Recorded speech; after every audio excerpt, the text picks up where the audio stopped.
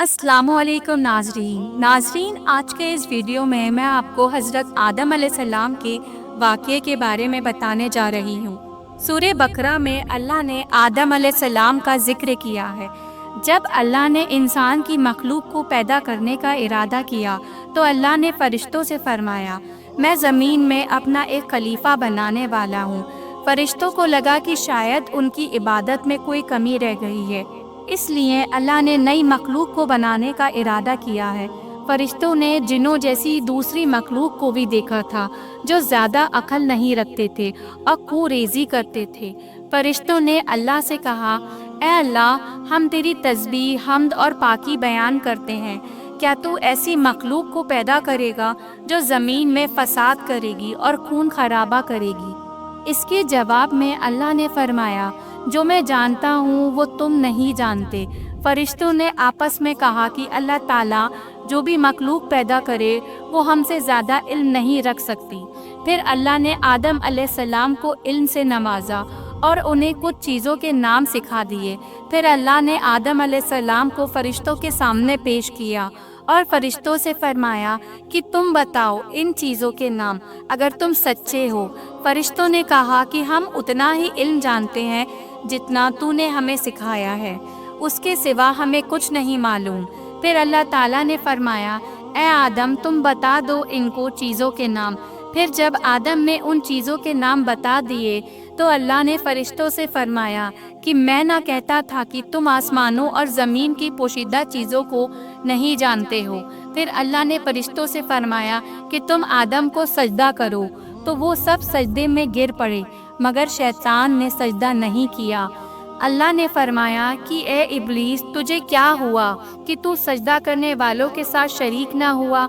शैतान ने तकब्बुर में कहा कि मैं ऐसा नहीं हूँ कि इंसान को सजदा करूँ जिसे तूने गारे की मिट्टी से बनाया हुआ है। मैं उससे बेहतर हूँ। तूने मुझे आग से पैदा किया है और उसे मिट्टी से पैदा किया है। अल्लाह ने शैतान से फरमाया, यहाँ से निकल जा तू मरदूद, और तुझ पर क़यामत तक मैं लानत बरसेगी। शैतान ने कहा, मुझे क़यामत तक मोहलत दे।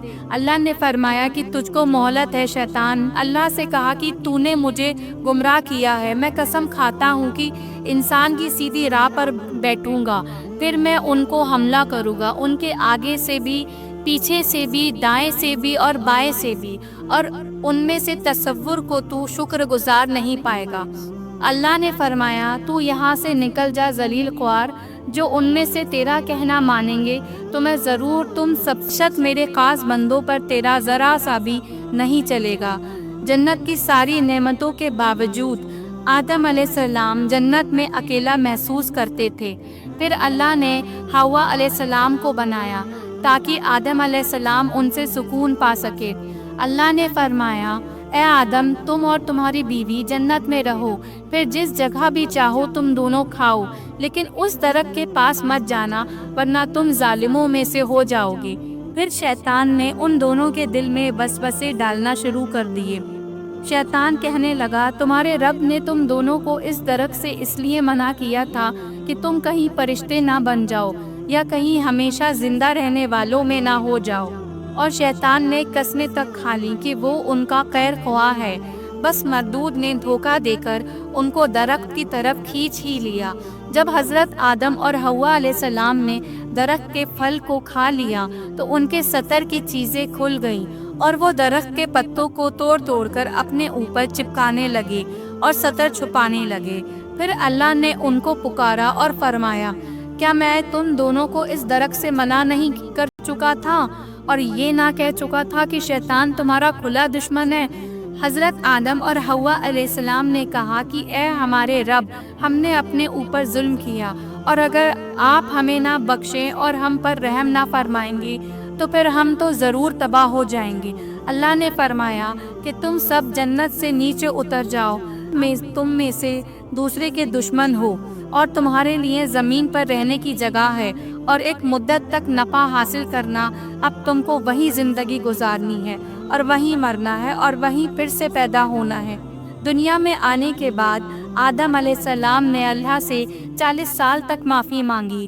پھر اللہ نے آدم علیہ السلام پر رحم کھا کے انہیں معاف کر دیا اور فرمایا کہ تم اور تمہاری اولاد دنیا میں ہی رہو، اور یہ بات یاد رکھو کہ جب میری طرف سے کوئی نبی ہدایت لے کر تمہارے پاس آئے تو تم اس کا کہنا ماننا، اور جو لوگ میرے نبیوں کی بات کو نہیں مانیں گے اور ہماری آیتوں کو جھٹلا جائیں گے وہ دوزخ میں جائیں گے اور ہمیشہ اسی میں رہیں گے۔ پھر حضرت آدم اور حوا علیہ السلام دنیا میں رہنے لگے، انہی سے انسانوں کی نسل شروع ہوئی۔ آدم علیہ السلام تقریباً 900 سال زندہ رہ کر وفات پا گئے۔ قرآن کے اس واقعے سے ہمیں یہ ہدایت ملتی ہے کہ جب شیطان نے غلطی کی تو اس نے معافی مانگنے کی بجائے تکبر کیا اور اللہ کو ہی اپنی گمراہی کا الزام دیا۔ پر جب آدم علیہ السلام سے غلطی ہوئی تو انہوں نے اپنی غلطی مانی اور فوراً توبہ کری، اور تب تک معافی مانگتے رہے جب تک اللہ کو راضی نہ کر لیا۔ آدم علیہ السلام کی سنت یہ ہے کہ جب انسان سے غلطی ہو جائے تو وہ اللہ سے اپنے گناہوں کی معافی مانگے اور اپنے رب کو منا لے۔ بے شک اللہ بہت معاف کرنے والا بڑا مہربان ہے۔ تو یہ تھا آدم علیہ السلام کا بہترین سا واقعہ۔ اسی طریقے کے اور بھی واقعوں کو جاننے کے لیے ہمارے چینل اسلامک دنیا کو سبسکرائب کریں، لائک کریں اور شیئر کریں۔ جزاک اللہ خیر۔ السلام علیکم۔